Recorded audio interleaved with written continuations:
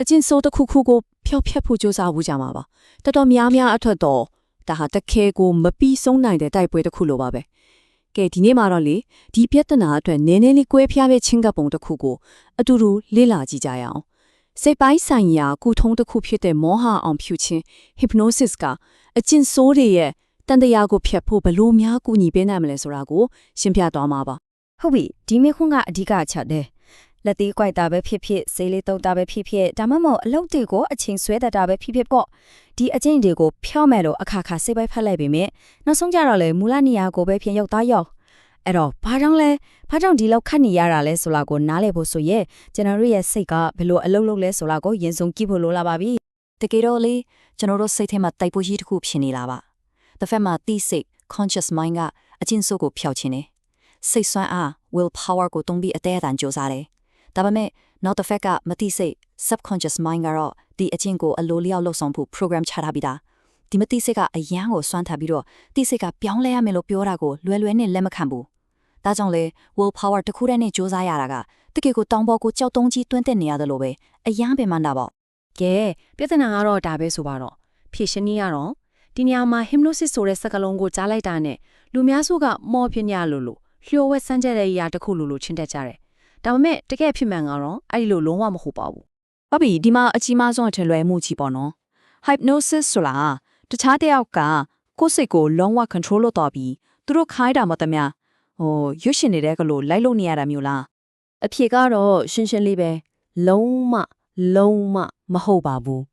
းဒါက hypnosis နဲ့ပတ်သက်ပြီးလူပြောအများဆုံးတန်တာရီတစ်ခုသက်ပါပဲတကယ်တမ်းမှာဆိုရင်အခြေအနေကပြောင်းပြန်တော့ဖြစ်နေသေးတယ်အရာအလုံးကိုထိန်းချုပ်ထားတာကကိုယ်တိုင်ပဲဖြစ်နေမှာပါဒါဆို hypnosis ဆိုတာတကယ်တော့ဘာကြီးလဲပြောရရင်ဒါကအရန်ကို relax ဖြစ်ပြီးအာယုံစူးစိုက်မှုအပြည့်ရှိနေတဲ့ state တစ်ခုပါဒီအချိန်မှာဝေဖန်ပိုင်းချတတ်တဲ့စကားများတတ်တဲ့သီးစိတ်ကခဏလေးငြိမ်သွားပြီးအတွေးခေါ်အသစ်တွေအကြံပြုချက်တွေကိုလွယ်လွယ်ကူကူလက်ခံနိုင်တဲ့မသိစိတ်ကပွင့်လာတဲ့အခြေအနေတစ်ခုပါအေးကြီးတာကအိပ်ပျော်သွားတာလုံးဝမဟုတ်ဘူးနော်တကယ်တမ်းဒီ hypnosis ကိုခံယူတဲ့အခါဘယ်လိုခံစားရလဲဆိုတော့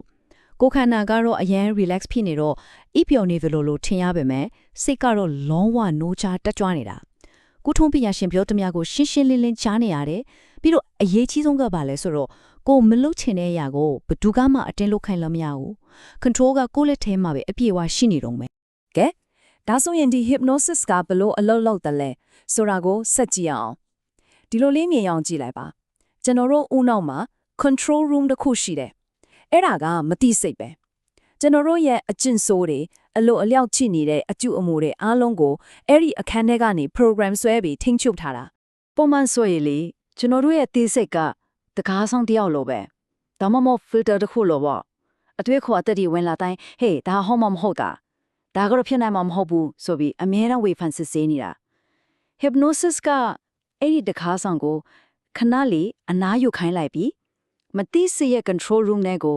တိုက်ရိုက်ဝင်လာမဲ့လမ်းတစ်ခုဖွင့်ပေးလိုက်တာနဲ့တူတူပဲဒီလုပ်ငန်းစဉ်ကဒီလိုစင်းလေးတွေနဲ့စနစ်တကျသွားပါတယ်ပထမဆုံးကုထုံးပြရှင်ကလမ်းညွန်ပေးတဲ့အထိုင်လိုက်လုံရင်ခန္ဓာကိုယ်ကို relax အပြည့်ပါဖြစ်အောင်လုပ်လိုက်တယ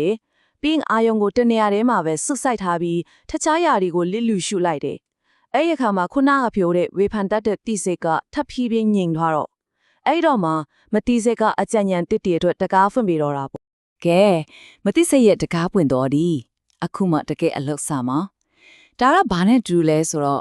့ကွန်ပျူတာထဲက software အဟောင်းကို uninstall လုပ်ပြီး version အသစ်ပိုကောင်းတဲ့တစ်ခုနဲ့ upgrade လုပ်လိုက်တာနဲ့တူတူပဲ